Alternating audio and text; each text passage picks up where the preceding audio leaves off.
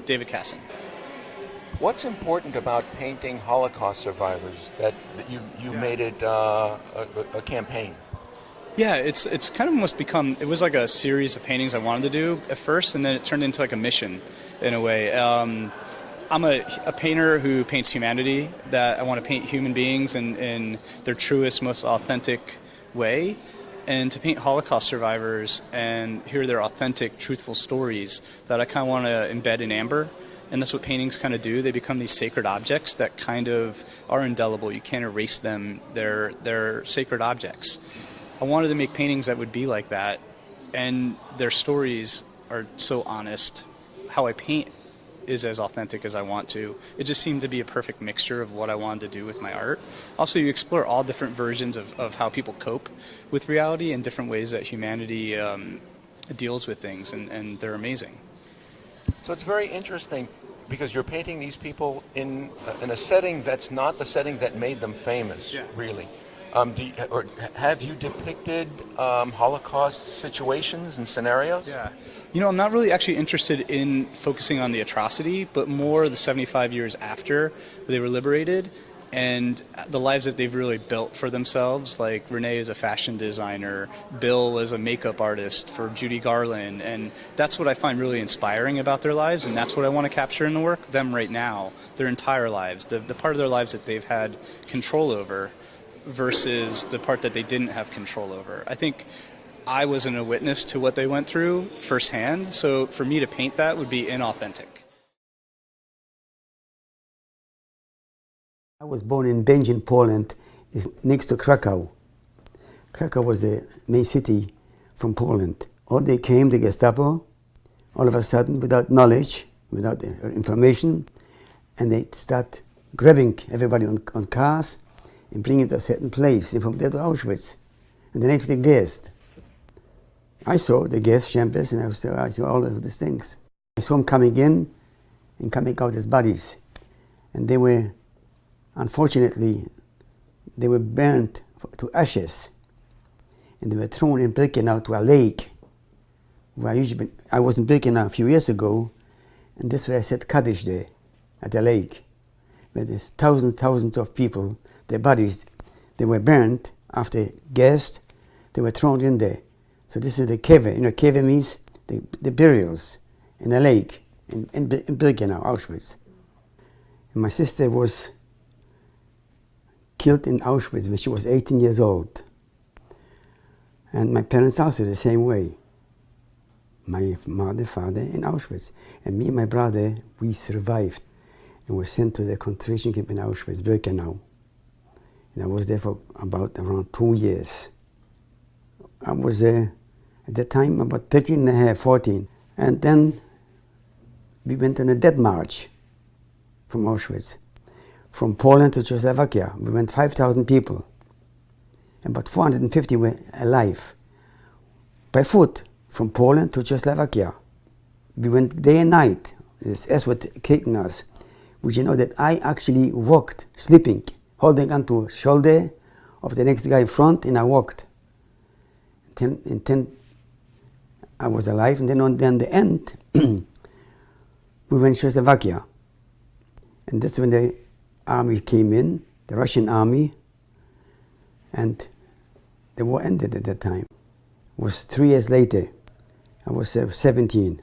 My family took me, brought me here. I always worked. I never was lazy not to be home. I did all certain things. I went to school. I did designing of plumbing, heating, air conditioning. You know, blueprints I did. And that's how I was brought into the business. My son works in Hadassah Hospital in Jerusalem, and he has an apartment in Jerusalem. And then also another apartment. And Terry lives in Heshmonayim. I'm going to go the next year at the same time. My name is Hanna Davidson Pankowski. I was born in 1928, September 22nd, in Lodz, Poland. My mother's ancestors came to Poland in 14th century. King Casimir the Great invited Jews to help he was smart enough to understand that Jews would help Polish economy. To just have slightly idea of how destructions, how horrified destructions of Jews in Poland and lots before the war. The Jewish population was 250,000 Jews. They prospered. They have a theater in schools, and it was cradle of Jewish culture. When we came to Lodz in 2004, invited by the mayor of Lodz for commemorating liquidation of Lodz ghetto, it was only 250 person present. So the magnitude of destructions. My parents, my mother was prominent artist. My father was successful businessman and philosopher and scholar. My childhood was a very happy childhood. My less happy day of my childhood was right before the war, when we were in the day camp and enjoying the vacations, and we were told that we, the children, pack our stuff, we have to return to Lodz. When I left this camp, with the door to the bus closed, on the way back to Lodz, we left behind our happy childhood, because during the war, they're not children. The children grow very fast. And when the war started, I was 10 years old. We finally came to Lodz. The war started a few days later. Germany invaded Poland. Right before the German soldiers entered the Lodz, my father and my brother, like other men, left the Lodz, and my mother and myself, we were left behind. And we didn't hear from them for longest time. Right from the beginning, the atrocities started. The first of my recollection is when the first troop entered the Lodz, and we were forced to throw the flowers on them to welcome the German soldiers. And of course we had to do it because behind our back was soldiers with bayonets. We were giving the flowers, and they told throw to the soldiers. And who didn't want to do was facing the death, stick with the bayonets in the back. So we throw the flowers. And it was done with propaganda reason. They say, you see, the Jews welcome us here. Very first thing was the rationing the food. The Jews were giving very small amount of food, and for the first time in my life, I begged for a piece of bread, and there was no bread to give it to me. It was for a little while, was going on, and then, of course, we started the order that we have to wear yellow stars. And why the yellow star? Well, we wear this yellow star to be easy to identify, and once it identified, they could commit any atrocity against the Jews the German soldiers wanted. Now I ask myself why I don't want to wear the yellow stars. But I was explained why. I am the Jewish, and after they explained to me that this is why we're wearing this yellow star, I wear my yellow star with pride. Now some people ask, well, you couldn't not wear their yellow stars. But this was impossible, because on the street many times you were stopped for asked to show the documents. And if you didn't have documents, they would take you to headquarters, and very easy they will identify who you were, and you was punished by that. And of course, if you have identification and didn't wear the yellow star, and an identification is a big stamp, Jude, Jew. So Jude without the star, you were killed just as well. In the very beginning, they allowed the children go to schools.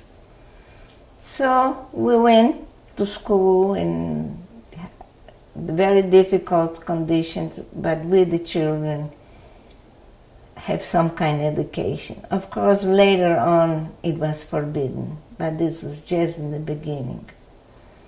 And I remember one day going to school, we have to pass the German school, and the happy German children with swastikas on their arm running around, and the little boy grabbed me and say, "Hey, you Jew, carry my book." But I was a child, I didn't want to carry his book. So Gestapo officer was right behind and said, "Do what you're told." And my mother was behind me, but she couldn't interfere, of course. I carry his book. How humiliated and how difficult to comprehend a child this was. The classes went on, but one day at school, we smell smoke. And we looked through the window and we saw our synagogue. And to our horror, the synagogue was burning. We, the petrified children, sitting behind our desk, the teacher trying to calm us down, but we hear the screaming of the people who was locked inside the synagogue and couldn't get out and screaming for help. On the street, there was the Jews with yellow bands. The SS given the Jewish participants standing there, forced them with gasoline and forced them to throw the gasoline on the synagogues. Who will refuse to do it was shot on the spot. Meantime, they were taking pictures, again, with propaganda reasons, showing to words, we did do nothing. And this is the Jews who burned their own synagogue. After a little while, the other orders came. The Jews was evicted from their homes, giving 10 minutes to leave the house. I was cold and hungry, and I was walking from school with my little friend. It was already dark, and I knew that I have to hurry to be home. And I told her, you know what? I don't understand why we cannot cross the street. We cross the street all our life. So I decided I'm going to cross the street. But no sooner I start crossing the street, I heard my little friend calling me, Hannah, come back, Germans.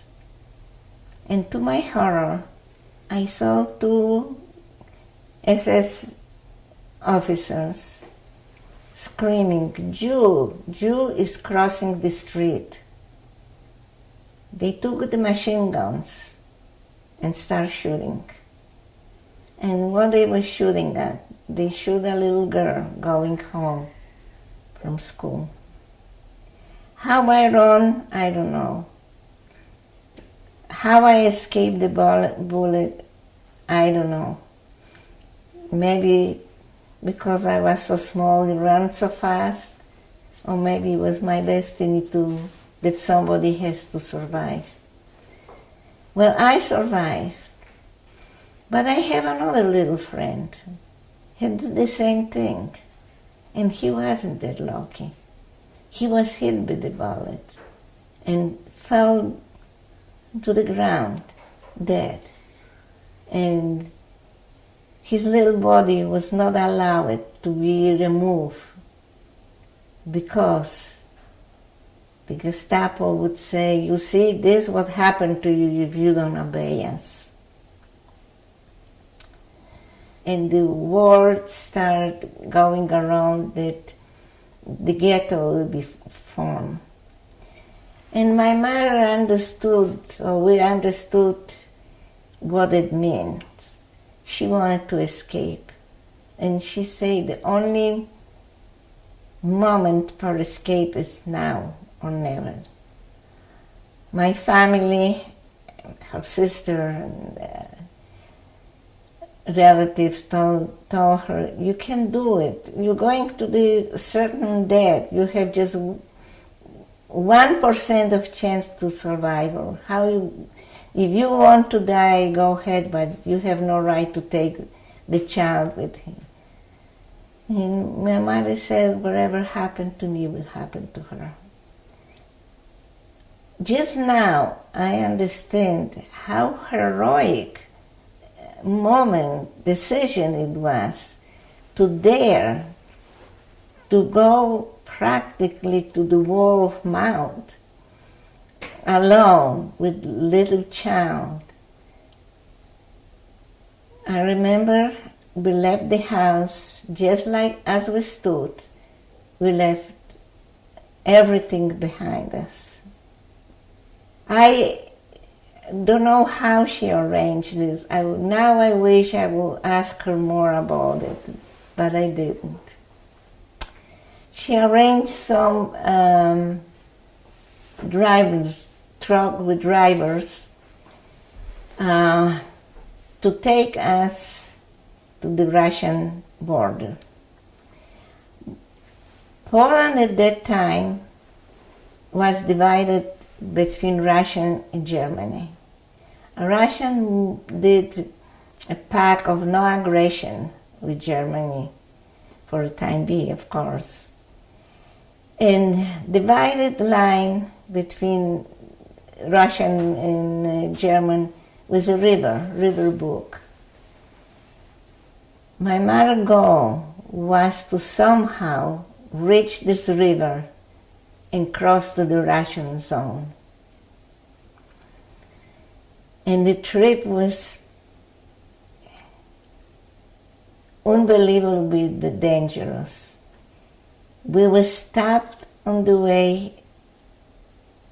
We supposedly go as a wife and child of the driver going to the village to visit his relative in some Polish village.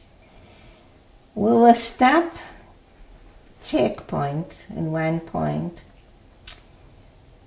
and would take us to search us. And I was separate from my mother. And now I can think how horrified must be my mother. What I will do separate from my mother, facing strange, hostile woman, searching me from top to. But I have mentioned it before, the children stopped being the children during the war. Somehow I understood that I cannot cry, I have to behave well, because after war I couldn't show that I'm petrified, because after all, I was going as a Polish girl, not as a Jewish child. And I did. And when she finished, I even thanked her. And I was reunited with my mother. We continued our trip. They let us go for, it was Polish papers, so, and my look and my Polish language was perfect, so they accept us as a Polish. We continue with the truck till we reach not too far from the river. But it was in the deep forest with snow, cold winter at night. And the driver said, okay, you are. He turned around and left my mother and myself alone in this forest by the river. At that moment, we heard the dogs barking and the searching lights. And but the Germans knew that some Jews would like to cross the borders, escape to Russia, and they didn't want that. So they sent the dogs and searching lights. I remember my mother just grabbed me, threw me to the snow, and we cover ourselves with snow, and she just said, don't move, stay still, and don't make any noise. And for some miracles, the dog lost our scent of us. I don't know how long we lay down in the snow, but we hear the dogs barking were getting away, and searching light faded. So we're finally there to get up. We found some boat, two drunken men rowing the boat, and somehow my mother, how she did it, I don't know, arranged that they would take us across the river to the part of Poland occupied by Russia. So this was our hearing escapes, but the Russians didn't want us either. So we have to hide in the village because Russian patrolling and if they would find us, they would throw us back to the German borders, and this will be our end of us. Well, again, we were lucky on our destiny to us to survive. From the village, my mother's goal was to go to city of Białystok, because on Białystok, my parents have this big city, and my parents have some friends there. And she said we're trying to reach them, maybe they're still there. Once we left the village, we managed to leave the borders, we went to the town and mixed with the populations, and we were able to catch the train, and indeed we reached Białystok. All the time we didn't know what happened with my brother and my father. We thought that they would not survive because many people who left the lodge was killed on the way they trying to reach Warsaw. But my mother reached the house and knocked on the door, and the woman answered the door and saw my mother, and she couldn't believe it. And then after silence for a minute, she said, "Do I have a surprise for you?" And she disappeared and came back with my brother. So what a reunion it was. Then we learned that my father survived.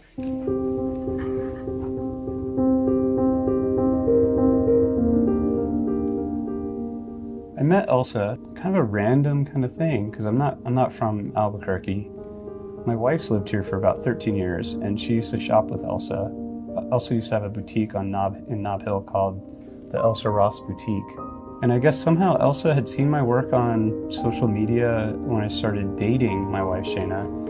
And she went up to Shayna and she said, hey, you know, I saw the paintings that David's making of Holocaust survivors. And I don't tell anybody this, and no one really knows, but I'm also a survivor. And I don't really share my story very often. And I'd love to meet with David to talk to him about what I've been through. And she's just like this cute, she has kind of a little bit of a British European accent, which is very kind of stately. It's cute, she just likes to have fun. We used to go to the Grove all the time too for brunch. So I never really had grandparents, and she's kind of turned into like a grandparent. I mean, how can someone hate Elsa? She's so freaking cute.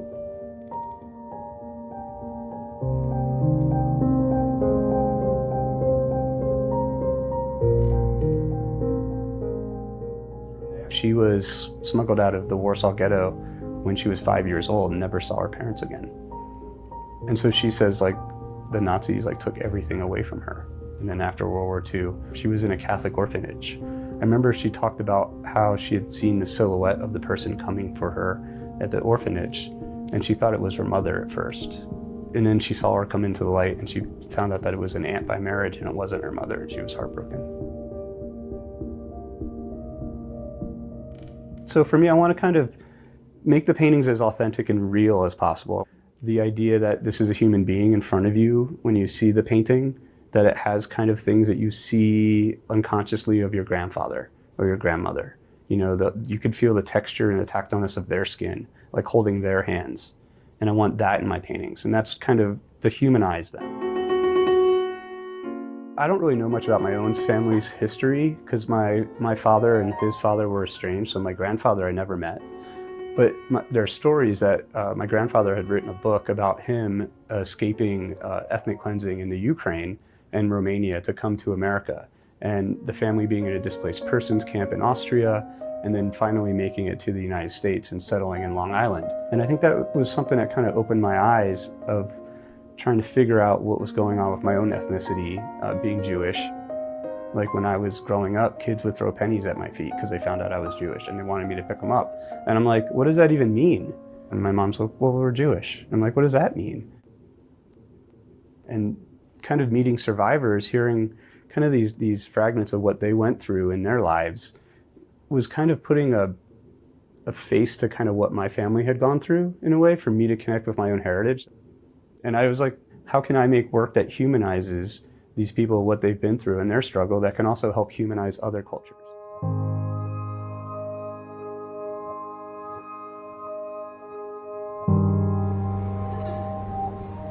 Nice to see my... We had a museum show in 2019, USC. And they had an opening night where the survivors came in and saw this big painting I had done of them. At the opening actually was John Adler's birthday, and I had done a painting of him. He was a survivor that escaped before World War II, and he joined the British military and then fought Nazis in the desert. And it was his, I want to say like 97th birthday was on the night of the opening, and it was his last birthday, unfortunately. But when he saw the painting, he was like, that's me, like, hey you, like talking, it's like insanely heartbreaking.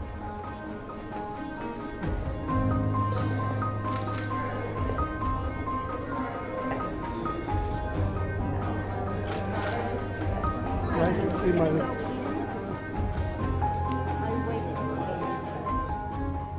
Paintings have kind of a staying power. There's contemplation that happens there. It's a venerated object. It slows people down to want to learn about the person in the painting. It's important to immortalize them because these stories need to be lasting and that they personalize what the Holocaust was all about. And that's what I want to do. I wanted to make it so you can't erase it. You can't delete it. I'm Andy Holton now. I was born as Andre Houtkruijer in 1937, October 6, 1937, in Holland. The town of Hilversum is where I was born, and it's about 30 miles from Amsterdam. Yeah, as soon as Holland was invaded by the Germans, my parents decided that they didn't trust the neighbors. There were some pro-German neighbors, and they decided that they wanted to move to Amsterdam. And so we moved in with my grandparents. Later on, a year or two later, the Germans dictated that all the Jews moved to Amsterdam, but by that time we already had moved and we were living in the area there where Anne Frank lived and so on. How old were you at that time? Well, when we moved, I was about 4 years, 3.5, 4 years old. I was born 37, so in 40, early 40, we moved to Amsterdam. What part of Amsterdam were you in? Well, it's Amsterdam South, they call it. It's also called the river neighborhood. All the streets have names of rivers. And we lived on the Hunzestraat. And actually, we lived right next door to Miep Gies, who is the lady who worked for the Frank family, Anne Frank. And she is the one who found the diary and also the one who went around town to buy up food for the people that were up in the attic so that they had something to live on. She would buy the food around town, small quantities, and then take it up at night after the people had left the office and so on. Anne Frank herself, she lived in what they call high-rise, so Wolkenkrabber. That was one of the first high-rise buildings in Amsterdam. And she lived there before, and then when she went into hiding, she lived on one of the canals in Amsterdam. My parents at some point decided that we were going to go into hiding, meaning we would find a place where no one would know where we were. But the people that had agreed to take us in, the three of us, my parents and me, at the last minute, these people decided that they wouldn't take us. The wife was expecting and they didn't trust the neighbors, and they said, no, sorry, we cannot take you. So then my parents decided to place me, try to place me, and they contacted the underground, the resistance movement. And so the resistance movement found a Christian family in the town of Haarlem. And that's where I lived then for the last 2 years of the war with this family. By that time they had given me a false name, a hiding name, so that no one would know who I really was. And people really didn't know who I was. They just had used my false name. And so for those 2 years I lived in what they now call as a hidden child. And I was able to go outside, and but not too much, you know, and again, living with this false name, it made it a little easier for me to get around. I was 5, 6, 7 years old around that time period, late in the war. Hans van Heel was the name that they had given me. But of course there was no birth certificate or anything that showed who I was. So for that reason, the public school did not want to take me, because to have a kid walking around without a birth certificate, without any documentation, was pretty evident, pretty obvious that I was a Jewish kid hiding. And so the public school did not want to take me. A Bible school was willing to take me. So I went to school at a Bible school, a Christian Bible school. And I went there for about a year during the war, and then for a year and a half after the war. And then when it became obvious that no one was going to come back to claim me, I was still living with these people who had taken me in. And by that time, then the people decided to move me to a public school. And the Meyer family, Johannes Meyer, and he spoke up, and he is the one that the underground contacted, and he said, yeah, we'll take him. So I lived with them from the middle of the war, 43 on to 45. From time to time, I had to get out of the house when they were concerned that the police or the Nazis might show up at the front door looking for me. There were times when after they had arrested my parents, they were looking for me. They had evidence. I have a document that shows that it is a registration card, actually, and it has my father's name, my mother's name, and my name on it. So they knew I existed, but they didn't have me. So at that time they arrested a friend of the family, a Christian lady who the Nazis thought might know where I was, but she never gave it away. So after 3 months or so, she was released from the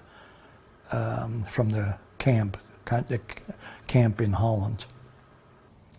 As I said, I saw them last when I was 5 years old. So, yeah, they took me and took care of me for those 2 years of the war. And then when the war was over, after the liberation, they kept me. They hoped, or they assumed, that somebody would come back to claim me. They registered me the best they could. They didn't have good information on me, but they registered me the best way they could. In case anyone came back looking for me, they would know where to find me. But no one came back. So I stayed with the people that took me in during the war, and I stayed with them, and they kept me. They could have sent me to an orphanage or something like that, but they elected to keep me. So I was very fortunate in that respect. And then I got a good education, and I finished grade school, and then I finished high school.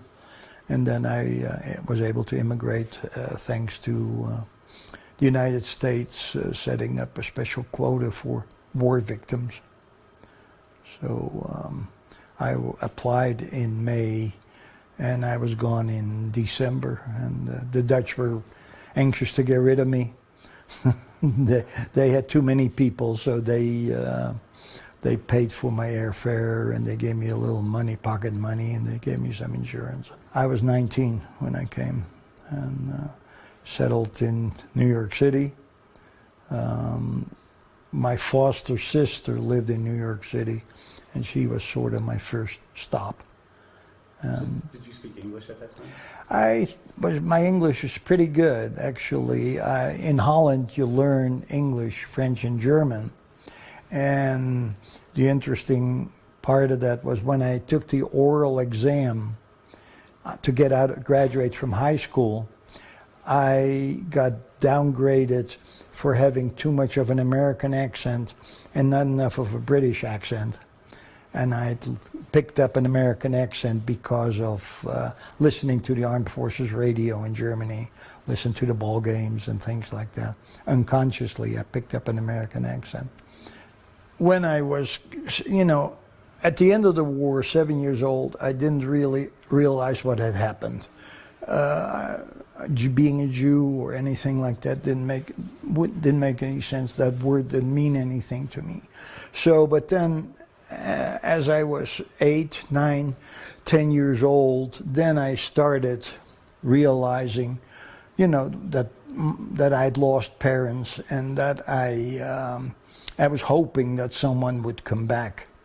And so this was something that for me, in a way, that was the rough part of the war, was the period of 5, 6 years roughly after the war, when I was hoping that someone from my family would come back. Not that the people I was with weren't good to me, but I realized at that point that I was missing something, that I didn't have a close relationship with parents. I mean, that when during the war, when I was 6, 7, you didn't, as a 7-year-old, you didn't know what's normal for a child. You know, what relationship with your parents. I mean, we now, you know, as you're older, you realize a normal relationship is that you have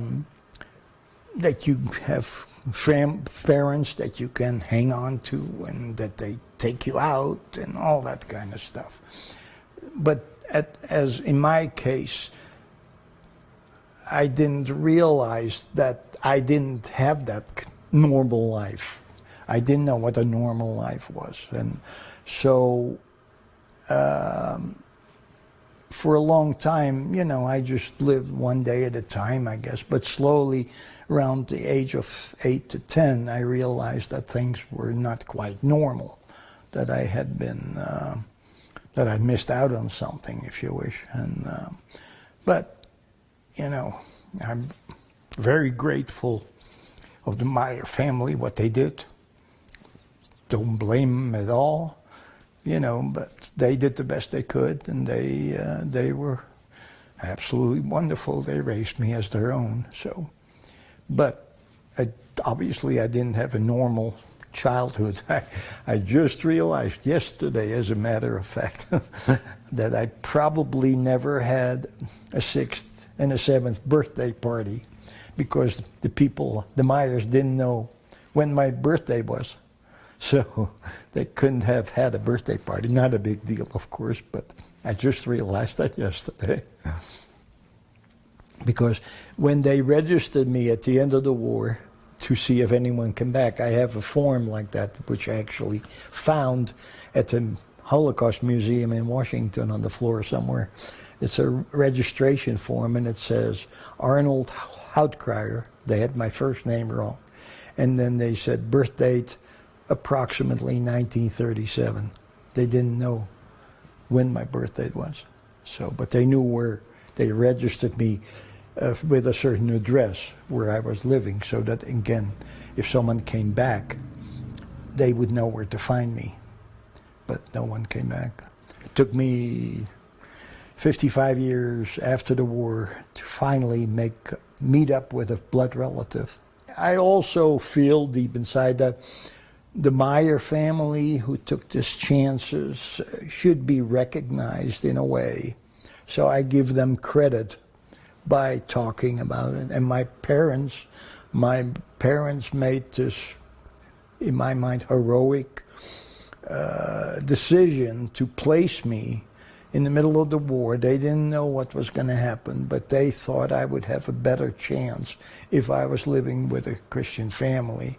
So that must have been a very agonizing decision, but they made that decision, and so I feel that was very heroic, and I want to recognize them for that.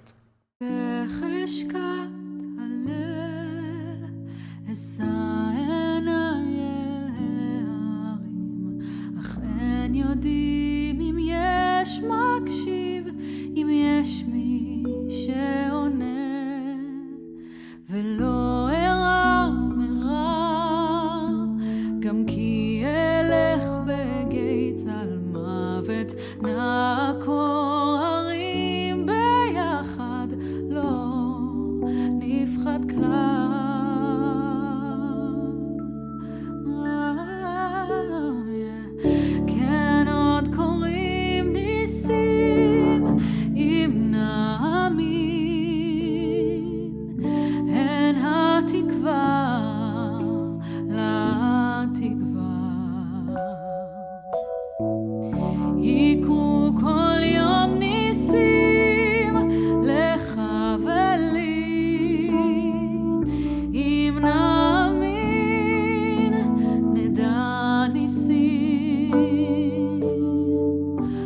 Lama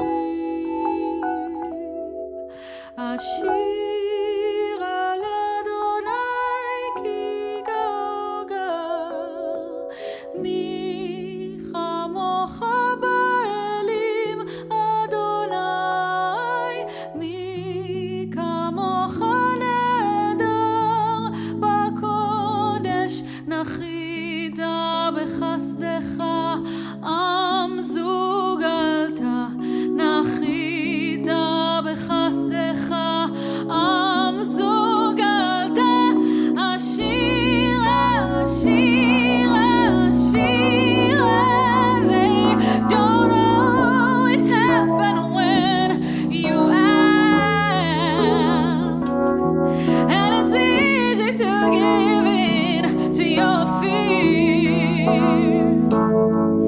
but when you're blinded by the pain can see the way to get through the rain a smile